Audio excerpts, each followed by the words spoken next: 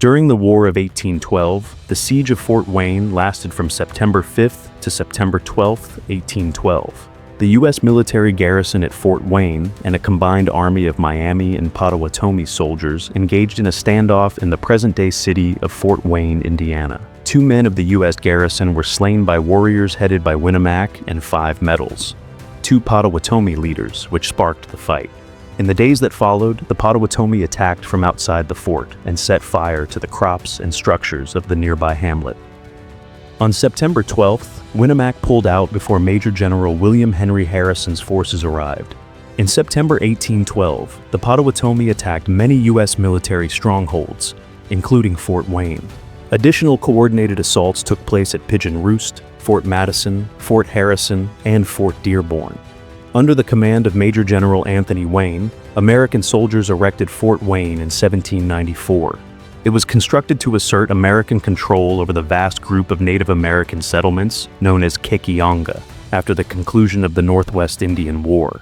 One of the main factors influencing the desire to oppose U.S. expansion was the Treaty of Fort Wayne, which was signed in 1809 and gave European settlers in the Illinois and Indiana regions over 30 million acres of Native American territory. Furthermore, hostilities between Native American countries and American colonists remained high after the Battle of Tippecanoe in 1811.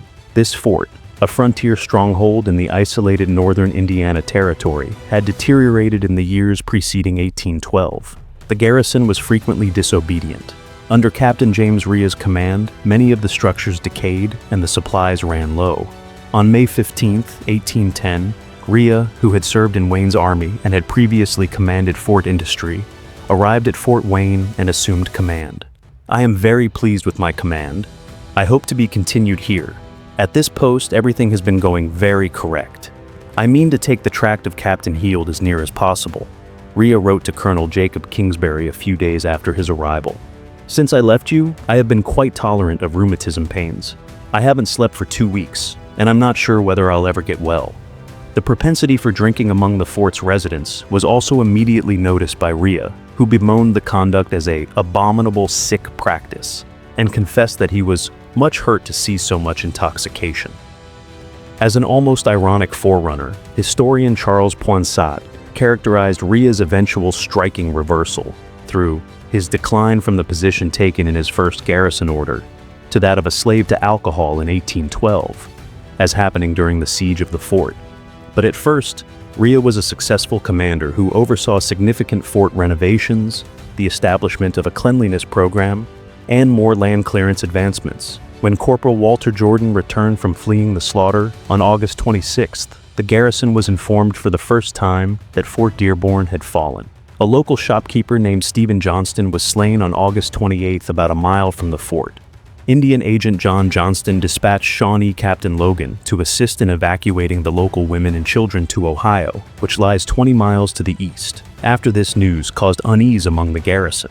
Chief Winnemac and Chief 5 Medals commanded a group of Potawatomi and Miami warriors that assembled around Fort Wayne, which was defended by around 70 troops and a few civilians, in September 1812.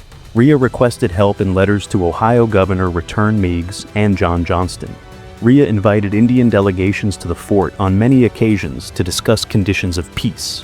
According to historian Milo M. Coffey, Stephen Ruddle carried the siege news to Piqua, Ohio, from which his message was conveyed to Harrison.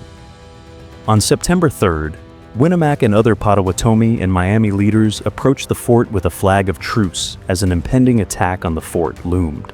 Lieutenant Daniel Curtis invited Winnemac into the fort, and they had 3 glasses of wine as he explained the fate of this fort, which was made evident by the collapse of neighboring forts Mackinac, Detroit, and Chicago. Then Lieutenant Curtis got up and pleaded with Winnemac, saying, "My good friend, I love you. I will fight for you. I will die by your side. You must save me." Then, as a token of goodwill, Curtis offered Winnemac a $50 and extended an invitation to breakfast. Instead of attending the meal, Winnemac dispatched a group of 5 warriors who began the siege early on September 5th, 1812, after assaulting 2 soldiers returning from an outhouse. By the afternoon, the soldiers had been killed from their wounds. The nearby village's houses were set on fire by the Native Americans as they attacked the fort from the east. In order to convince the U.S. garrison that the British had brought artillery, the indigenous built 2 wooden guns. Known to be a big drinker, Rhea was claimed to have started drinking as soon as the siege was about to begin. Drunk as a fool, and perfectly incapable of exercising rationality on any subject whatsoever, but was constantly abusing and ill-treating everyone that came in his presence. Some of his colleagues characterized Rhea's ineptitude at this crucial period, and the chaos he caused within the fort as the greatest danger of the siege. As a result, his superiors contemplated arresting him. Rhea would eventually withdraw to his rooms, claiming to be unwell and relieved, while intoxicated and sometimes expressing the notion of submission.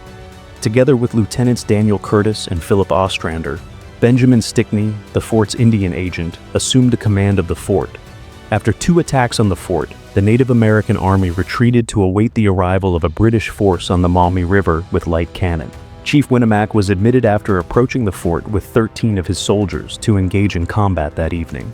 Following an unsuccessful attempt on Stickney's life, Winnemac was expelled from the fort after revealing a weapon he had concealed while the commanders conversed. The Native American warriors soon started their attacks on the fort's outside at around 20 o'clock. When Winnemac's troops attempted to burn the fort, the garrison used muskets and howitzers to retaliate while trying to keep the walls damp. On September 6th, at around 15 o'clock, the Native American soldiers withdrew to a safe distance from the fort, ending the war. At 21 o'clock that evening, the violence started up again. When Newport Barracks learned of the loss of Fort Detroit, Fort Dearborn, and Fort Michilimackinac, efforts were made to reinforce Fort Wayne.